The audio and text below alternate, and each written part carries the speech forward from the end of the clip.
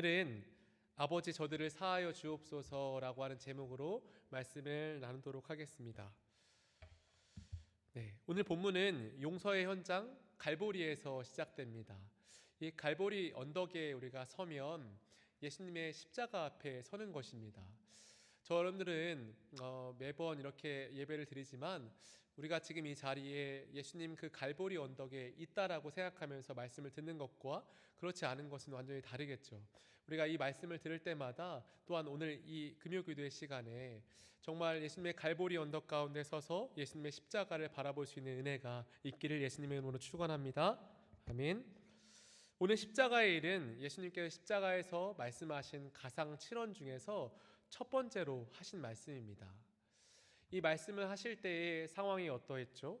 예수님이 십자가 지시기 전에는 또한 예수님 십자가 지금 이 상황에는 원수들이 예수님을 가운데로 두고 둘러싸고 있는 상황입니다. 누가복음 23장 21절에 보면 그들이 소리질러 이르되 그를 십자가에 못 박게 하소서 십자가에 못 박게 하소서 하는지라.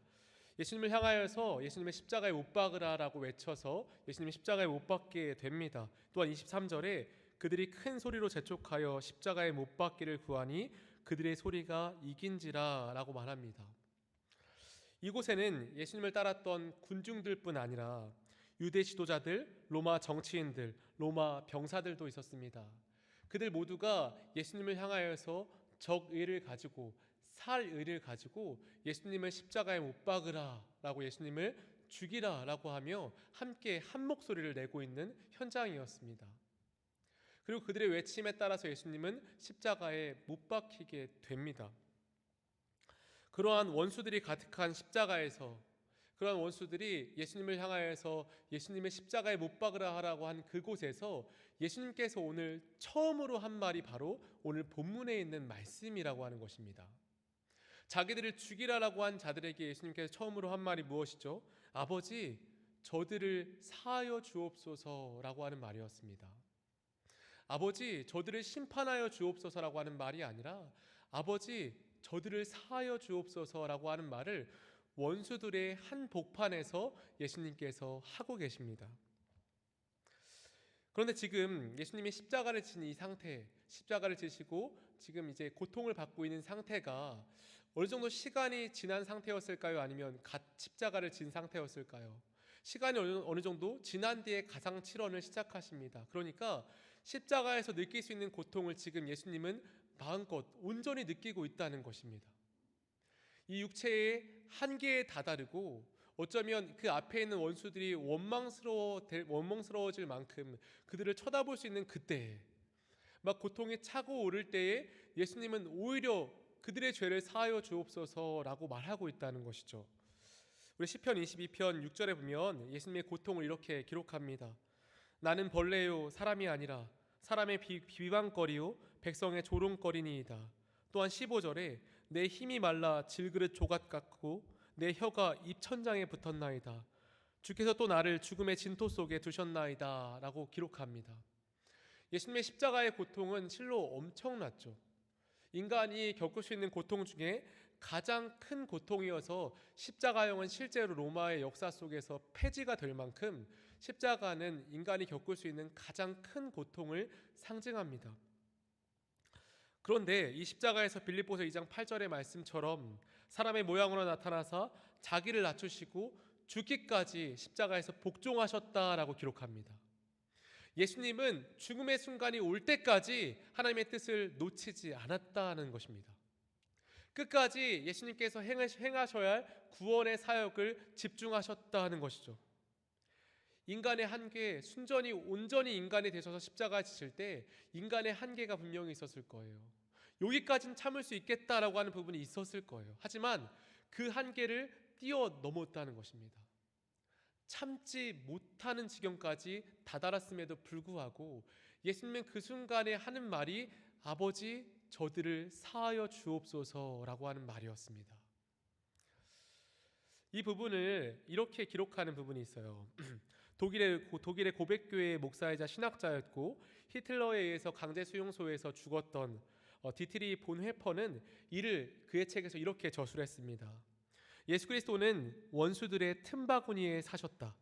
결국 제자들도 그분을 버렸다. 십자가에서 그분은 행악자들과 조롱하는 사람들에 둘러싸여 철저히 혼자였다. 바로 그것을 위해 그분은 오셨다. 하나님은 원수들을 그분과 화목하게 하려고 오셨다. 그러므로 그리스도인들이 속한 곳도 격리된 은둔 생활이 아니라 적들의 한복판이다. 거기에 그분이 주신 사명과 일이 있다라고 디트리 보네퍼는 예수님의 십자가 사건을 기록하고 있습니다. 예수님은 조롱의 자리를 피하지 않았습니다. 온갖 자신을 멸시하고 조롱하는 눈빛 가운데 있는 그곳, 사랑이 없는 그곳, 살의가 가득하고 적의가 가득한 그곳을 예수님은 피하지 않고 오히려 그곳 한복판, 원수가 둘러싸여진 그곳, 이 디트리 보네퍼의 말대로 원수들의 목전, 원수들의 틈바구니에서 예수님은 계셨습니다. 그리고 그곳에서 뭐라고 말씀하셨죠? 아버지, 저들을 사하여 주옵소서라고 말씀하셨습니다. 우리가 오늘 이 말씀을 보면서 먼저는 크게 한 가지를 보기 원합니다. 하나님께서 저와 여러분들을 이 땅에 부르신 이유가 무엇인 줄 아십니까? 여러분들을 원수들의 틈바구니 속에 두기 위함입니다. 여러분들 주위에 여러분들이 싫어하는 사람들, 우리의 마음을 어렵게 하는 사람들이 있으십니까? 안심하실 수 있길 바랍니다. 왜냐하면 그곳이 바로 예수님께서 여러분들에게 원하셨던 자리이기 때문입니다. 예수님께서는 우리를 부르실 때 나를 믿으면 너희가 너희를 미워하는 사람들이 없고 너희는 이 땅에서 평안하게 살 거라고 말씀하시지 않았죠. 예수님께서 말씀하신 것은 예수님을 위해서라면 자신의 부모까지도 부인할 수 있는 그러한 예수님만을 향하는 믿음을 우리에게 가르쳐 주셨습니다. 우리 주위에 우리가 싫어하는 사람들이 있고 우리를 힘들게 하는 사람들이 있다면 저와 여러분들은 그 자리에서 아버지, 저들을 사하여 주옵소서라고 하는 외침을 해야 하는 줄 믿습니다. 할렐루야. 우리의 사명이 그곳에 있기 때문입니다. 우리는 적들의 한복판에서 있어야만 한다라고 하는 것을 우리는 오늘 이 본문을 통하여서 처음 깨달을 수 있는 부분이 됩니다. 마찬가지로 예수님에게도 이 가룟 유다는 꼭 있어야만 했던 사람이었죠. 가룟 유다가 없었다면 예수님을 팔 사람이 없잖아요. 비록 그가 태어나지 말았으면 좋았겠다라고 하는 말씀을 들었을지 모르지만 그는 또한 그의 역할을 했던 것입니다. 또한 우리 모두에게도 그러한 원수들이 있다면 그의 역할을 우리의 삶 가운데 행하고 다만 우리가 해야 하는 것은 그들을 용서하는 것이다 라고 예수님께서 오늘 본문을 통하여서 말씀하고 있습니다. 그렇다면 구체적으로 예수님이 오늘 이 말씀을 통해서 무엇을 말씀하고 있을까요? 아버지, 저들을 사하여 주옵소서라고 하는 이 말에는 어떠한 의미가 있을까요? 그냥 이 말을 그냥 들으면은 그런 의미구나라고 하지만 짧게 잘라서 또한 원어를 분석하면서 보면 큰 의미가 담겨 있습니다. 먼저 예수님께서는 아버지를 불렀어요. 파테르, 아버지. 그런 고통의 상황과 한계가 다다르는 그 순간 아버지를 불렀습니다. 우리가 누군가를 부른다는 것은, 제가 지금 이 자리에서 누군가를 부른다면, 여기 있는 성도님들의 이름을 부른다면 성도님들의 이름을 부르고 시선을 맞추겠다는 의미잖아요. 그런 것처럼 예수님께서 하나님의 이름을 부른다는 것은 하나님께 시선을 고정하는 것입니다. 하나님께 자신의 시선을 드리고 하나님을 부른다는 것입니다. 이것은 여러분들이 아이들을 키우면서 우리가 많이 느끼지 않습니까? 아이들이 우리의 이름을 불러주면, 부모의 이름을 불러주면 정말 좋잖아요.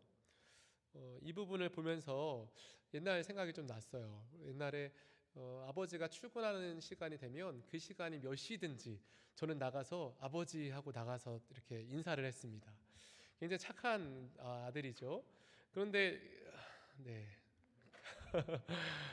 그런데 저는 항상 그렇게 이 아버지가 몇 시에 나가든 아버지 일찍 나가셨는데 그때마다 나가서 잘 다녀오세요 라고 이렇게 인사를 했는데 그때마다 손을 벌리고 있었어요. 그래서 부모님이 용돈을 주셨던 기억이 납니다.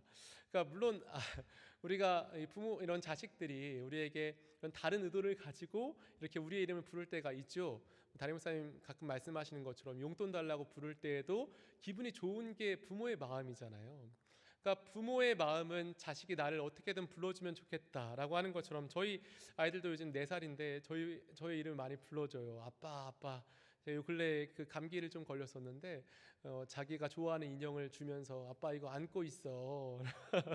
그래서 저를 이렇게 위로해 주던 아이의 그런 따뜻한 마음이 느껴지는데, 물론 그러니까 우리가 이 자녀들이 우리를 불러줄 때의 그 행복함, 그것은 오늘 이 본문에도 나와 있는 거예요. 예수님이 하나님을 부를 때에 하나님께 시선을 맞추고 나의 부모이신 하나님께 시선을 맞추고 하나님께 집중하는 것입니다.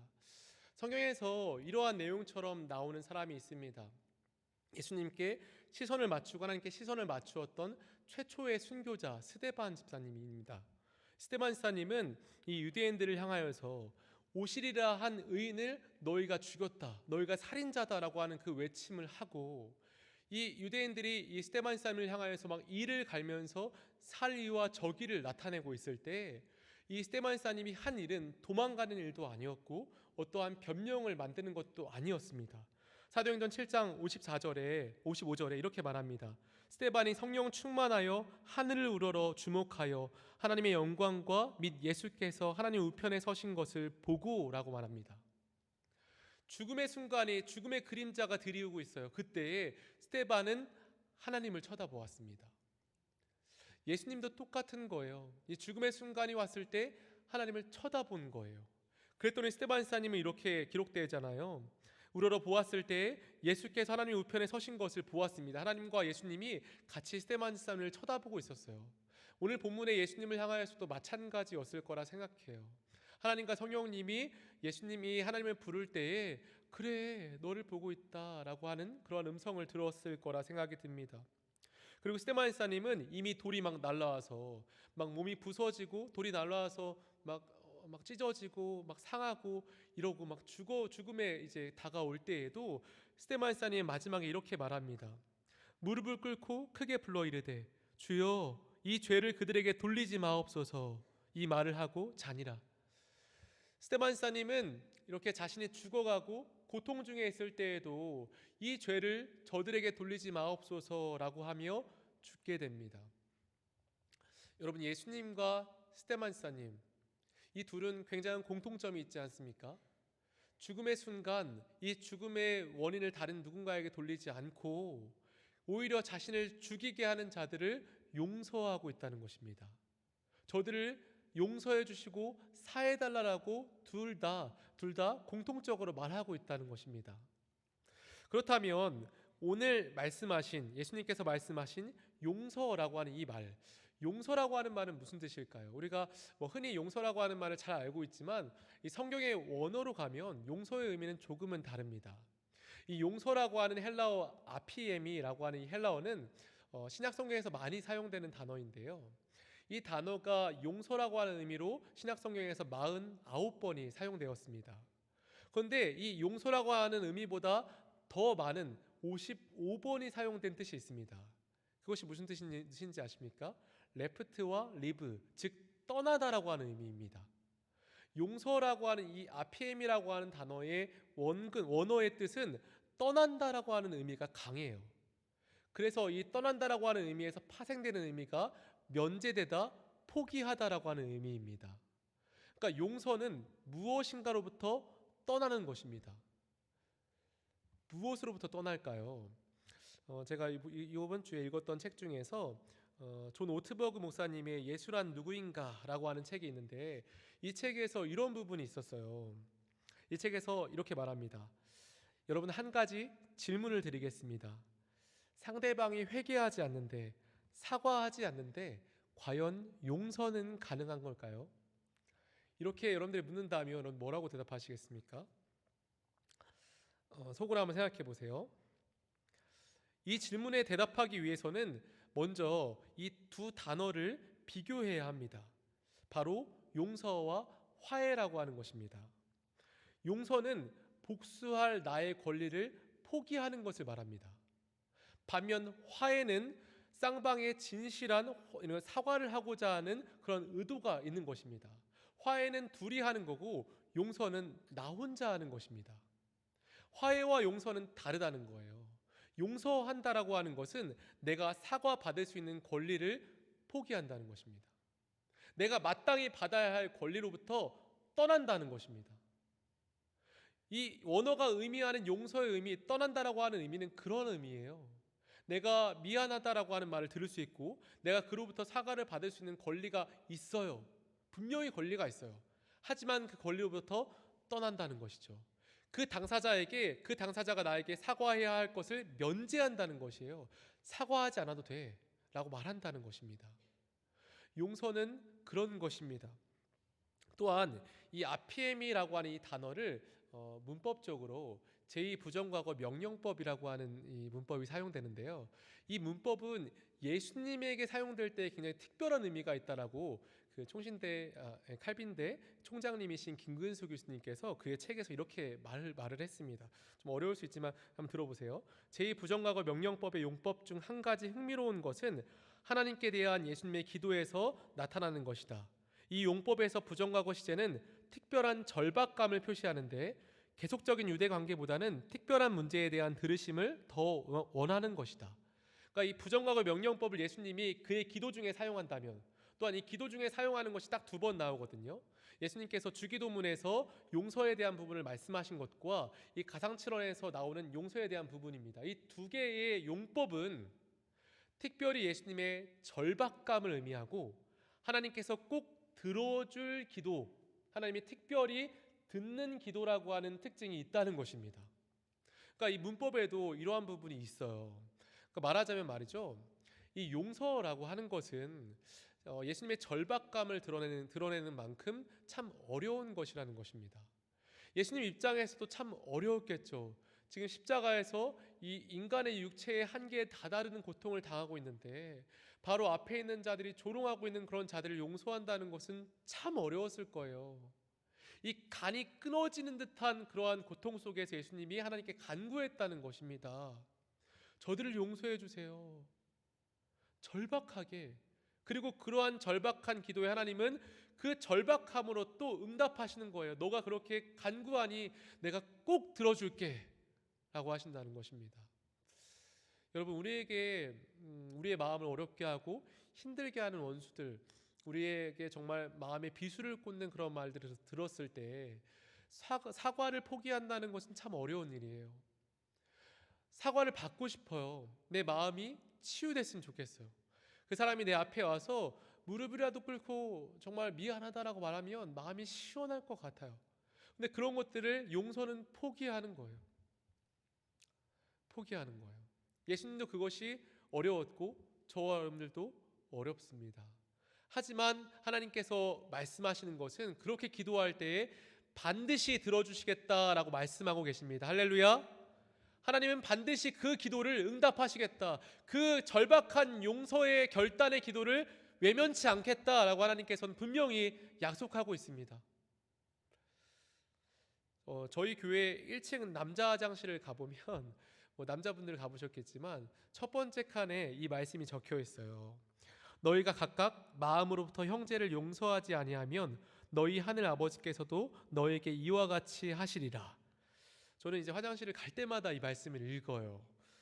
너희가 각각 마음으로부터 형제를 용서하지 않으면 하늘 아버지께서도 너희에게 이와 같이 할 거다. 내가 구원받은 것은 용서로 나타나야 한다는 것입니다. 용서의 특별한 성격은 우리의 구원의 거울이라는 것입니다. 구원받은 자가 거울 앞에 서면 용서라고 하는 열매가 맺혀져야 된다는 것입니다. 일만 달란트를 빚진 자가 탕감을 받았다면 이제는 1달란트를 빚진 자는 반드시 용서해 줘야 된다라고 하는 의무가 있다는 것이죠. 이 부분에 대해서 제가 굉장히 감명 깊게 인용한 부분인데요. 21세기의 C.S. 루이스라고 불리는 톰 라이트는 이 부분을 이렇게 이야기합니다. 여러분 잘 들어보세요. 예수님의 십자가에서의 마지막 용서는 그분의 진정한 왕권에 빛을 낸다. 예수님이 용서하시는 이유는 용서야말로 하늘의 생명을 땅으로, 하나님의 미래를 현재로 가져오는 것이기 때문이다. 용서는 구원받은 자가 누리는 쉼과 회복의 장소이다. 엄청난 말 아닙니까? 용서는 하늘의 생명을 땅으로, 하나님의 미래를 현재로 가져오며 용서는 구원받은 자가 누리는 쉼과 안식의 장소라고 말해요. 엄청난 말입니다. 하나님께서 우리에게 주시는 하늘의 생명을 누군가에게 전달하는 것이 바로 용서입니다. 미래에 도래할 하나님의 나라를 지금 이 순간 현재로 끌어오는 것이 용서입니다. 구원받는 자가 쉼과 이런 안식을 누리는 곳이 바로 용서라고 하는 것입니다. 엄청난 일이죠. 그러므로 저와 여러분들은 용서해야 합니다. 여러분들 마음속에 생각나시는 분들이 있으십니까? 네, 지금 여러분들 주위에 있는 사람들, 그리고 저는 사실 이 설교를 준비하면서 제 과거에 있었던 사람들을 좀 생각이 났어요. 과거에 마음이 힘들게 했던 사람들, 과거에 어떤 이런 문제가 있었고, 저 인간적인 관계에 문제가 있었던 사람들, 아직 용서하지 않았지만 시간만 지났던 사람들, 여러 사람들이 생각이 났고 그러한 결과의 설교를 한번 준비해 보자라는 생각을 하게 됐거든요. 여러분들도 그런 사람들이 있으시죠. 어떤 문제들을 덮어놓고 그냥 시간이 지나서 시간이 약이다 하고 지나왔던 것들, 사람들과 관계가 깨어졌던 부분들, 여러분들 너무나도 괴롭게 했는데 그 괴롭게 했던 사람들을 용서하지 않고 그냥 넘어갔던 것들, 혹은 그냥 도피했던 부분들 있으실 거예요. 우리 오늘 이 밤에 그 사람들을 향하여서 용서를 선포하시길 바랍니다. 용서를 선포하시고 하나님께서 우리에게 주신 그 구원을 그 거울로서, 용서를 열매로서 나타내실 수 있는 저와 여러분들이 되시기를 예수님의 이름으로 축원합니다. 아멘.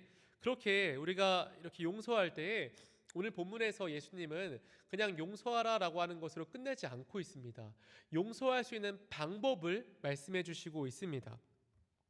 우리 오늘 본문 말씀 우리 다시 한 번만 읽어보면 좋겠습니다. 우리 한번 같이 읽어볼게요. 시작.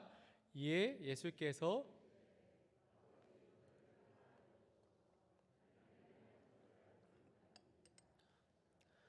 그들의 옷을 나눠 제비 뽑을세. 아멘.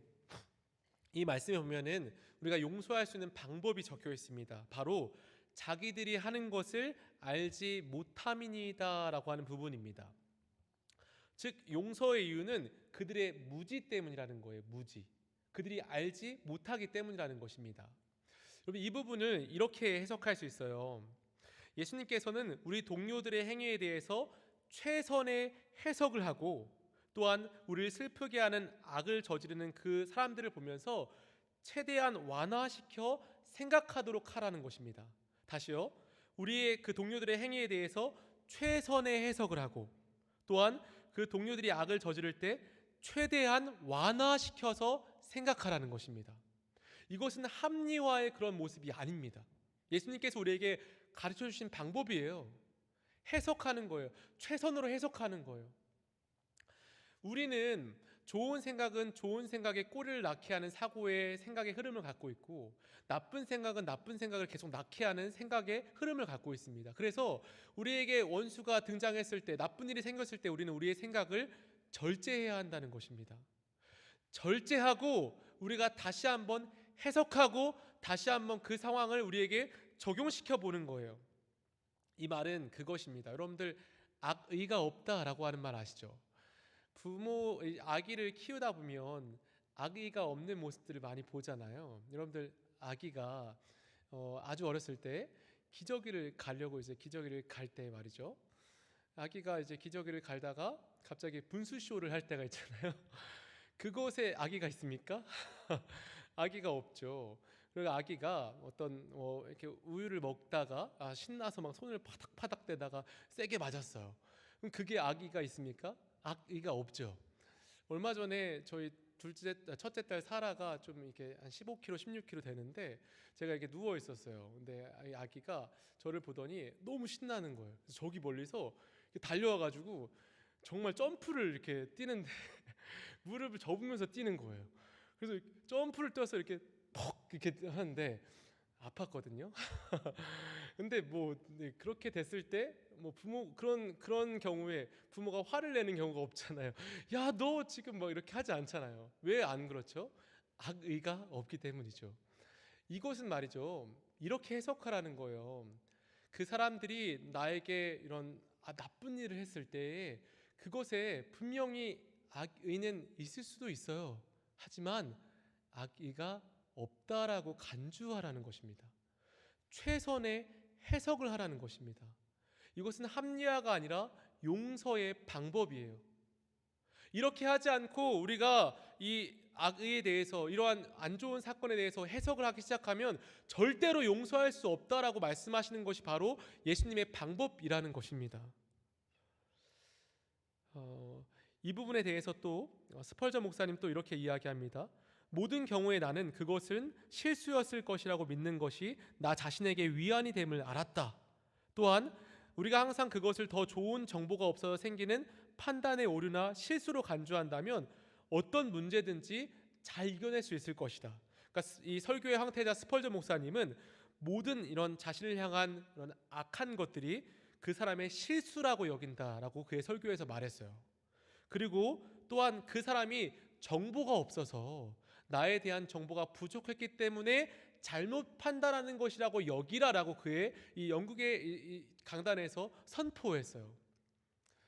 여러분, 이것은 절대 합리화의 모습이 아닙니다. 예수님께서 말씀하신 거예요. 자기들이 하는 것을 알지 못하나이다라고 우리에게 기도하라라고 말씀하셨어요. 용서할 대상이 있습니까? 그 대상을 향하여서 우리가 그동안 온갖 억측을 했다는 것을 인정해야 해요. 판단했던 것이 있습니다. 그 사람의 의도는 그것이 아닐 수 있어요.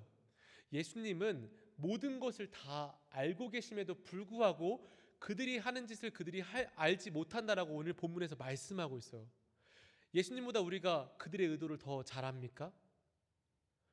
우리는 예수님보다 그들의 의도를 잘 알지 못해요. 예수님이 저들이 무지했기 때문에 그들을 용서하라라고 말씀하셨다면 우리는 두말할 것 없이 그들이 무지했기 때문에 나에게 실수를 했고 나는 그들을 용서해야 되겠구나라고 하는 마음을 가져야 한다라고 하는 것입니다. 이 말은 하나님께 맡긴다는 의미입니다. 하나님이 심판자로 이 모든 것들 가운데 있으니 하나님께 모든 것들을 맡기고 내가 해야 할 일, 용서를 한다라고 하는 의미를 갖고 있습니다. 설교를 준비하면서 오늘 새벽에 기도를 하면서 오늘 설교를 준비할 때 이런 찬양이 생각이 났어요. 우리가 잘 아는 찬양이고 저번 주에도 불렀는데 이 찬양은 공평하신 하나님이 나 남이 가진 건 나 없지만 공평하신 하나님이 나 남이 없는 것 같게 하셨네. 오늘 새벽에 설교를 준비하면서 어떻게 결론을 맺으면 좋을까라고 생각을 하면서 이 찬양이 생각이 난 이유는 우리 하나님은 공평하다는 것입니다. 우리 하나님은 신실하다는 것이에요. 여러분들의 작은 신음조차, 작은 한숨조차 하나님은 다 들으신다는 것입니다.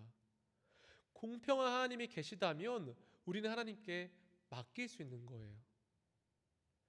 이 찬양을 지은 송명희 시인은 의사의 실수로 뇌성마비 판정을 받은 사람이었어요.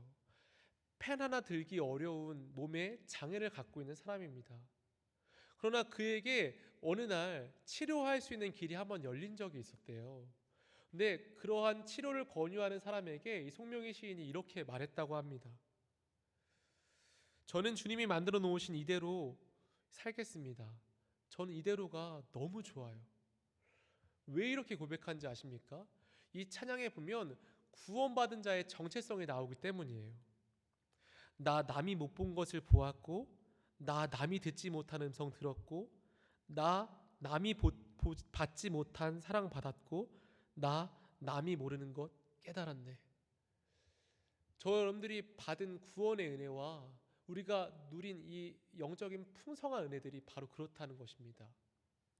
이 은혜를 누리고 있다면 우리는 용서할 수 있고, 이 은혜를 누리고 있다면 공평하신 하나님을 바라보며 하나님께 우리의 모든 판단을 맡겨드릴 수 있다는 것입니다. 할렐루야.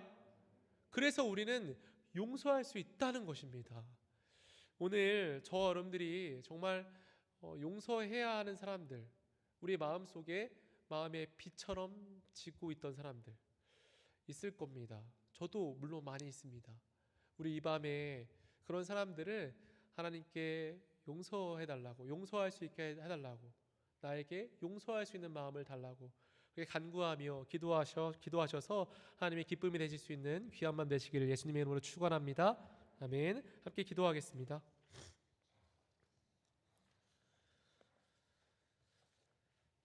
살아계신 아버지, 우리가 삶을 살다가 여러 만나는 원수들, 또한 우리를 힘들게 하는 사람들, 우리의 마음을 어렵게 함으로 우리가 용서하지 못했던 사람들이 우리의 삶에 참 많이 있습니다. 용서하지 않고 넘어가고 그 상황을 도피하고, 또한 내 마음속에 짐으로 남아 있어도 애써 외면하고, 그러한 사람들이 우리의 마음속에 많이 있습니다. 하나님, 우리가 이 시간 기도할 때 그동안 그 사람들을 홀로 판단하며 우리의 그러한 그들이 나에게 잘못했던 것들을 오히려 더 키워내고 정죄하고 하였던 모습들을 회개하고, 또한 그들을 용서하고 그들이 정말 주의 사랑 가운데 있기를 간구하며 용서할 수 있는 우리 모두가 될 수 있도록 주여 붙잡아 주시옵소서. 기도할 때에 우리의 기도에 진실한 마음을 더하여 주셔서 우리가 기도할 때에 주님 들어주시고, 우리가 기도할 때에 주님께서 응답해 주시고, 정말 절박한 마음으로 기도하는 모든 기도를 주님께서 외면치 않으신다는 그 사실을 우리가 깨닫게 하여 주시옵소서. 감사합니다. 예수님의 이름으로 감사하며 기도드립니다. 아멘.